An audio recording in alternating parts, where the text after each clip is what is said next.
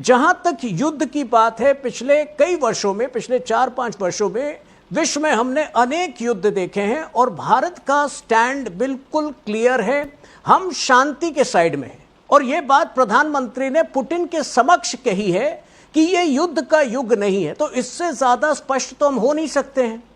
दूसरी बात, जहां साइड लेने का सवाल है, यहां पर भी प्रधानमंत्री ने स्पष्ट किया है कि भारत जो है अपने आर्थिक और भारत अपनी ऊर्जा हितों की रक्षा करेगा। भारतवासियों जो भारतीय मूल के लोग हैं उनकी रक्षा करेगा और हम शांति के पथ पर हैं। तो देखिए, किसी भी स्थिति को अति शब्दबद्ध करना, ओवर वर्बलाइज करना जो है वो कांग्रेस की मजबूरी हो सकती है, क्योंकि कांग्रेस खाली बैठी है। ये हमारा दायित्व नहीं है कि हम हर रोज रिएक्ट करें।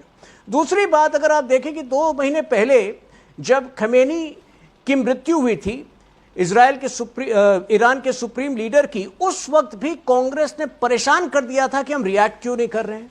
अरे हमने जो है ईरान के दूतावास में जाकर हमारे फॉरेन सेक्रेटरी ने कंडोलेंस पे किया था। जो ईरान का एक शिप हमसे मदद चाहता था, उसको कोची में हमने कोची के पोर्ट में मदद भी प्रदान की थी। लेकिन अगर कांग्रेस पार्टी ये चाहती है कि खमेनी की मृत्यु की चर्चा पार्लियामेंट में हो, हम वो आवश्यक नहीं मानते थे। तो ये कांग्रेस पार्टी की मजबूरी हो सकती है, किसी वोट बैंक की रक्षा करना उनकी एक मजबूरी हो सकती है। लेकिन भारत का स्टैंड बहुत क्लियर है। मुझे नहीं लगता है कि बार तो बार वोट बैंक की रक्षा कर रहे हैं, लेकिन तुहिन जी, आप तो भारत की रक्षा कर रहे हैं ना। आपकी तो जिम्मेदारी है कि भारत में सब कुछ ठीक रहे।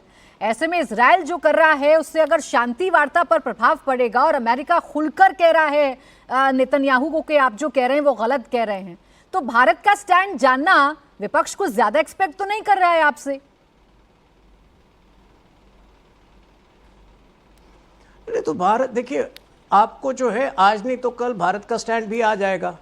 हम वो प्रेस रिलीज के जरिए कहें या उसको जो है किसी प्रेस कॉन्फ्रेंस करें, देखिए ये भारत के लिए प्रायोरिटी नहीं है। मैं वही कह रहा था, भारत के लिए प्रायोरिटी आज क्या है?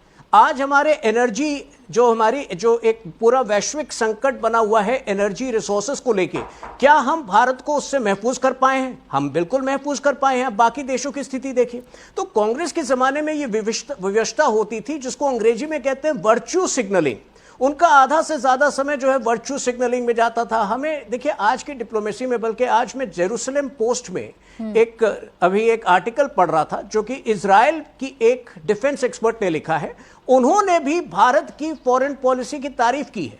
जो न्यूएंस्ड मल्टीलैटरलिज्म की हम बात करते हैं, नपी तुली बहुपक्षता की, वो एक सेल्फिशनेस नहीं है। वो हमारी जो है आगे बढ़ने का जो एक विश्व के समक्ष जो है हम एक मॉडल प्रस्तुत कर रहे हैं और कई और देश जो हैं वो इसी रास्ते पर अब आगे चल रहे हैं। ठीक है, आप तो स्पष्टता से कह रहे हैं कि भारत किसी का साथ नहीं देता, भारत शांति का पक्षधर है, भारत अपने हितों को साधना जानता है। लेकिन कांग्रेस क्यों बार बार सवाल पूछ रही है?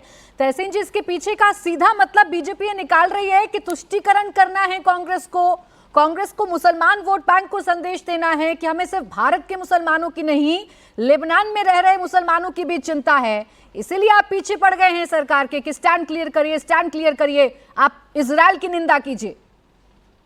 प्राची जी, थैंक यू। आपके साथ शो में मुझे शिरकत करने का मौका मिला, इसलिए आपका शुक्रगुजार हूं। प्राची जी, इतने वर्ष हो गए मुझे लगातार मौका मिलता आपके साथ आने को। कभी बीजेपी से आपने एक सेंसिबल आर्ग्यूमेंट सुना है? कभी सेंसिबल आर्ग्यूमेंट? हर आर्ग्यूमेंट में हिंदू मुसलमान, आप हिंदू मुसलमान निकाल दीजिए, बीजेपी के पास कुछ होगा नहीं नेहरू जी छोड़कर आर्ग्यूमेंट के लिए। मैं इंडियन फॉरेन सर्विसेज की पैलेस्टाइन पॉलिसी का पहला लाइन पढ़ रहा हूं कि इंडिया स्टैंड्स विद पैलेस्टाइन। ये पहला लाइन है ऑफिशियली वर्तमान सरकार की वेबसाइट के ऊपर लिखा हुआ है।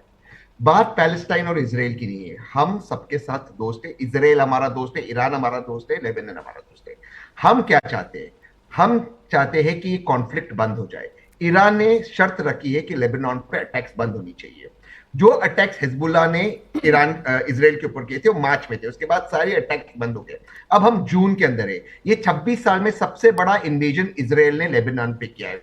बेरूट को क्रॉस कर दिया है, रिवर को क्रॉस कर दिया है। डिस्प्लेसमेंट 1 मिलियन 10 लाख लोगों का हो गया। ये छोड़िए वो हिंदू है या मुसलमान है, अगर ये युद्ध चलता रहा ईरान पीस नहीं करेगा, ईरान मजबूर हो जाएगा इस लड़ाई में आने के लिए। और दूसरी चीज, जो अरब मुल्क इस वक्त भारत के साथ है, इसका श्रेय मैं आदरणीय प्रधानमंत्री को देता हूं। वो भी चले जाएंगे बिकॉज लेबनान पे अटैक अनएक्सेप्टेबल होगा। इससे स्ट्रेट ऑफ हुर्मुज भी बंद हो जाएगा, दूसरा स्ट्रेट भी बंद हो जाएगा, हिजबुल्लाह रेड सी पे अटैक करेगा। क्या कर रहे हैं हम ग्लोबल साउथ के लीडर्स हैं। इसके लिए दो लोगों को श्रेय जाता है, मनमोहन सिंह जी, मोदी जी। हमें स्टैंड लेना होगा। इजराइल के साथ हम हैं, 7 अक्टूबर को हम इजराइल के साथ हैं, लेकिन अब जबरदस्ती की लड़ाई बढ़ाना, जबकि शांति इतने क्लोज है, जबकि पीस इतना क्लोज है, यह हमारा कर्तव्य है कि हम अपने दोस्त को कह बंद करें इस लड़ाई। ठीक है।